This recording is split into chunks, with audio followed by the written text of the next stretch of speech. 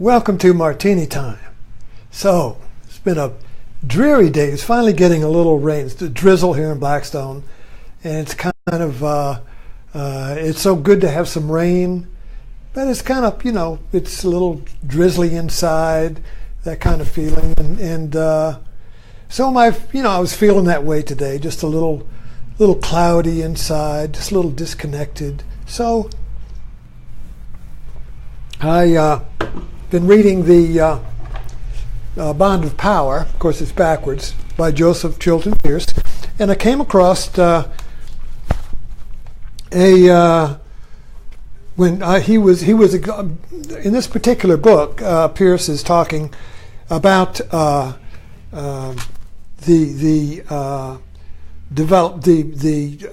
natural course of spiritual development and its obstacles in culture. And he was mentioning a great deal in this particular book about his own personal experiences with Swami Muktananda, who was a very powerful Siddha master who came to this country in the 70s, and whom I met in the late 70s, and went to his ashram in South Fallsburg.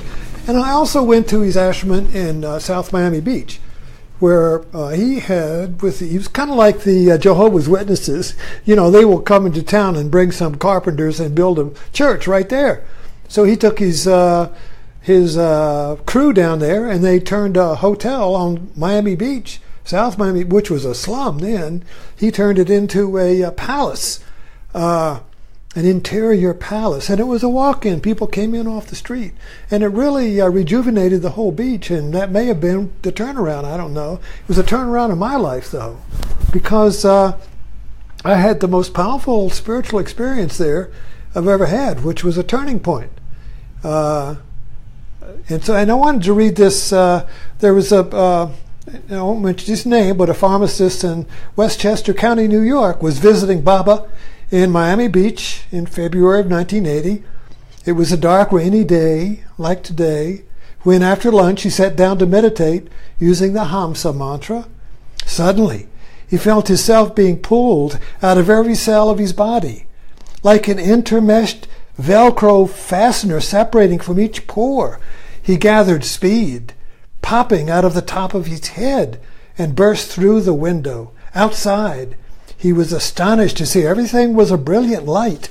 He knew it was raining, and that he himself was part of every particle of that light. He pervaded everything, in fact, and was allowed to remain there for quite a while before returning to his body in the same manner he had left it. So anyway, that was just one of the many experiences Muktananda or Pearce reported. In that particular Miami ashram was certainly a power center for this what's called Shaktipat in the Siddha Yoga terms, which is it's in a psychic way. It's like when during an electrical storm, the energy in the ground will build up, and the energy in the clouds will build up, and they will meet at some point. An umbrella, a tree, or something. Kabam! I was sitting in this ashram.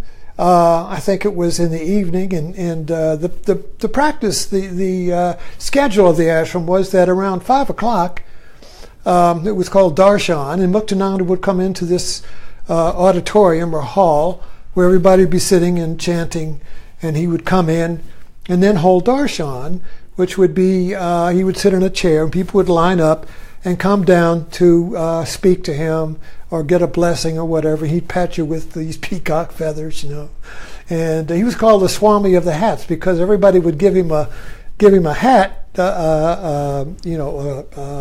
pull down hat, and he would put it on, and then the next thing you know, you'd see somebody else wearing the hat you gave him because he'd give it to somebody else. So he was always changing hats, So anyway, I remember him coming in, and this wreck of lightning, it was just like a lightning hit outside the house, and the hair on your head went like that. You could feel it on your lips tingling. When he came into the room, it was like somebody got a hit. somebody got Shaktipat. I didn't see anybody come out with their hair all burnt off, you know, and whatever. But that was the power of Muktananda. Excuse me. So I titled this talk here, The Bond of Power, because a lot of people complain and drop off of Facebook and find, wow, what's the use? And I feel myself, you know, I wonder why do I hang out with Facebook? And God knows I've been on it for a number of years now, because I'm retired and I live here in Blackstone, and it's my only outlet. It's my only outlet beyond just going to Walmart and coming back. But anyway, so I ran across this fellow, this pharmacist, you know, and I looked him up on Facebook, and doggone it if he wasn't up in New York. So I friended him, and we started talking about, he had a similar experience. And my experience was not as prolonged as his, but I was sitting in the, I know I've told this story before, but the context of the story was kind of interesting. I was in Cleveland, and I'd been going to see Muktananda at South Fallsburg, where he had this big ashram there. And so I had this compulsion to go down to Miami, so I quit my job. And I was going down, and I didn't know how long I was going to stay. And my daughter, I think she was about 10 years old, around that. My son, who was a year older, I had been divorced, and so I stopped by the house to get the kids off. And so my son went to school, and my daughter wanted to go. I said, "No, I'm leaving. You got to go to school." So, okay. So I got in the car and drove out of town, and I heard this noise in the back of the seat. She'd stowed in the back of the seat. So I turned around and went back, called my ex-wife. I said, the girl wants to really go. She's already missed school. Okay. So I took Shannon, and we just took off like two kids escaping from the forest. You know, and we went down there. And she took to it like a duck to water, a lot of chanting and all these things going on, and she just really fit in. And so anyway, so it was the day we were leaving, and I was meditating at the same noon ashram meeting. I mean, they had a noon chant, half-hour chant every day. And so suddenly my this vast space of awareness opened up, and my personality was like a little worm hanging on the edge on a hook. You know, and it was thinking. I could see I could see my thinker right there. And then it said, "I'm going to die." And then it went up into this light, which was not like a light bulb. It was just light that encompassed everything. And yet there was awareness. And so it was like I was aware of awareness. And so my little ego went up into it, and then it came back down. My friend, apparently, he went up into it and stayed in it for a while. I was a quick flash. So anyway, my ego came back down, and it said, "Oh, that's what death is like." And then I was in this state of samadhi, this state of the peace that passes understanding, for several days. Just no anxiety, no fear, nothing, just total, no ego. Basically, and I knew that I was going to get remarried. I was going to ask my ex-wife to marry me again, try me again, and we'd get married in South Fallsburg at a mass wedding, because Muktananda used to have these mass weddings, you know, and there were couples from all over the world that came for that. It was a great wedding, and I remember Muktananda's translator, Malti, said, India in physical things is kind of poor, but in weddings, very rich, very rich. And so we were married by Muktananda, and I do remember, he gave a little talk about marriage after that, and he put the two hands together and said, marriage, never put your hands together and never take them apart, you know. And so And so that, that was a total shift in direction of my life, because then I became a meditation center leader in Cleveland. And then after a few years, I figured, well, I got to go to the next level. So we sold the house and went to Ganeshpuri, his ashram in India, and took the kids, and we were there for about 4 months. And would have stayed longer, but the kids got sick, and we ran out of money because we spent it on medicine. And came back and landed in Blackstone, Virginia, where I have been. It was supposed to be a temporary stop-off, and it remained permanent. So here I am after 1980, reconnecting with somebody who had, and I'm not sure exactly what month I was down there. This fellow's experience was in February, and I can't remember when I went down there. But anyway, the title of this talk was The Bond of Power, and I think that, and I'm reflecting on Facebook today, and one of the powers of Facebook is that you can, if your heart is awakened, if you have a spiritual yearning, if you are on a path to your source, if you're on a path to reconnect with your source, which is the light of awareness. If you're on that path, which is in the heart, the light of awareness is in the heart, you see. If you're on that path to touch that and reunite with that and make it and abide in that, you see, then Facebook becomes a place where you can connect with people who are on the same path. You know, when the Buddha died, he left 3 instructions.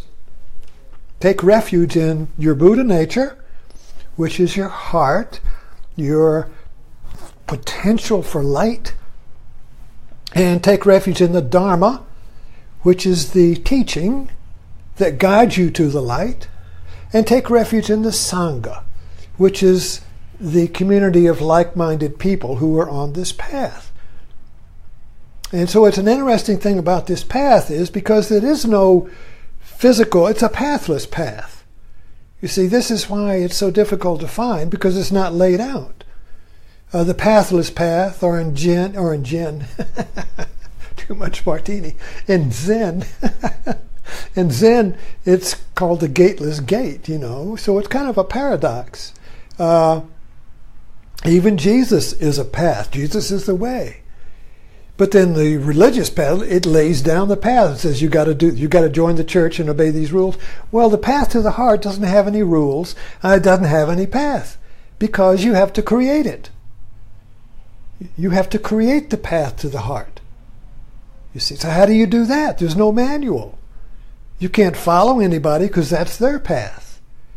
You see the problem here is you can't follow. We all want to follow a path. Well, how can I do it? What's the means to the end? What do I have to do? Meditate? Go to yoga? How long do I have to meditate? Am I doing it right? How long do I have to take yoga? You know, when do I get there? What's it like when I get there?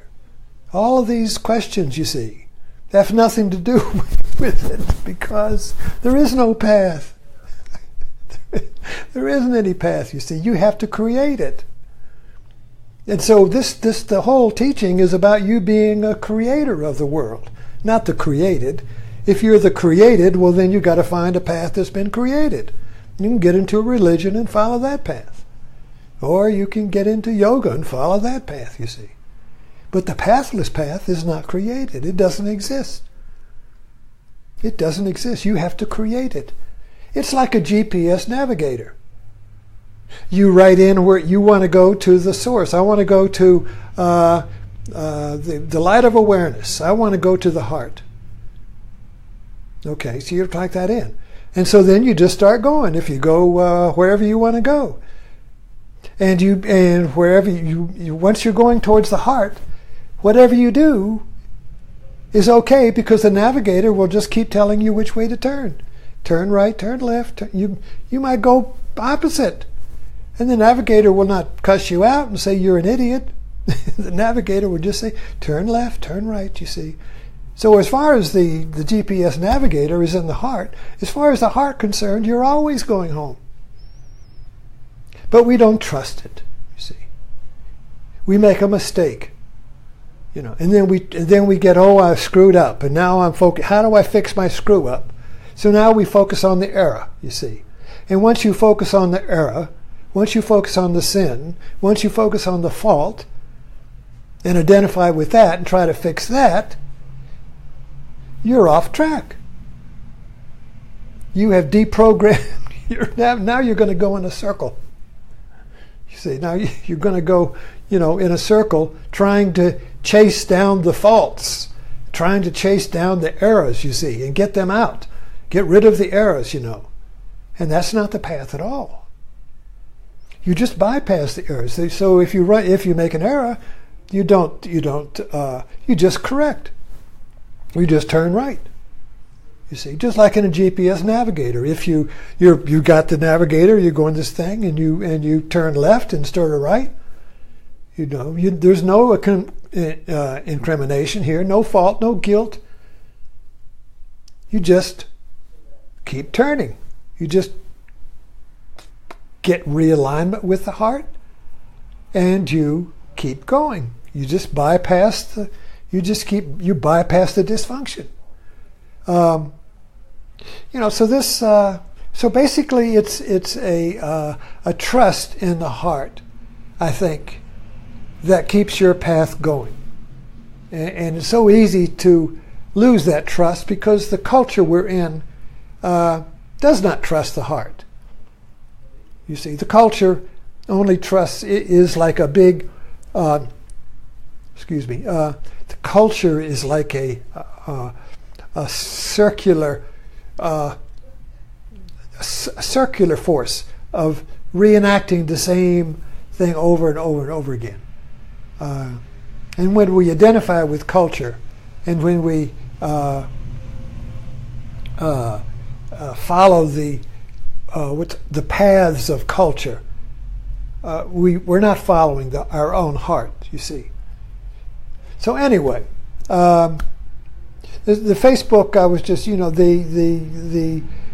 there's so many dimensions to Facebook, and in my own personal experience is that it is a way to create a sangha, or a connection with people who are listening to the heart. And this sangha is not really located in space and time. It's like a universal sangha or community of heart seekers that it's